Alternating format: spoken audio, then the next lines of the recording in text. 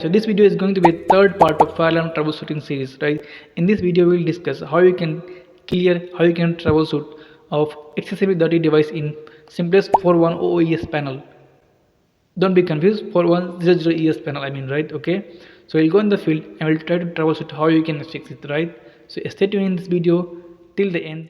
As you can see, we have trouble excessively dirty device, right? Because of that, I cannot reset my alarm and also trouble, right? I will tell you in this video how you can reset and how you can solve this trouble, right? Okay, so I will go on the field. As you can see the device address, I will go on the field and I will check and I will tell you how you can fix it. Okay, so stay tuned. Don't go. You can see here there is an alarm already in the device. Now what we will do, first thing first, we will try to remove the device. After removing the device, we will try to blow it. Use a blower and blow it inside on the device, so it will be, all the dust will be go out and the device will be clean, right?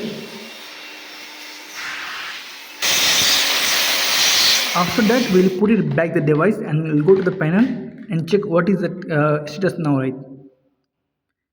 So as you can see in the panel, right, the trouble is zero, right? Trouble is zero. Okay, and the device also is normal, right? So now what we will do, we will try to reset. Okay, just wait, it takes some time.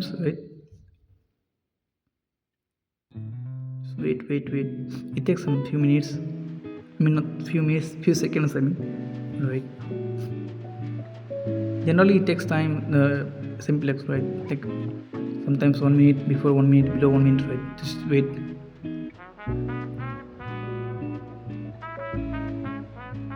See now everything is clear now, right? The system is normal, right? This is how you can reset troubles, right, and alarms if you have it.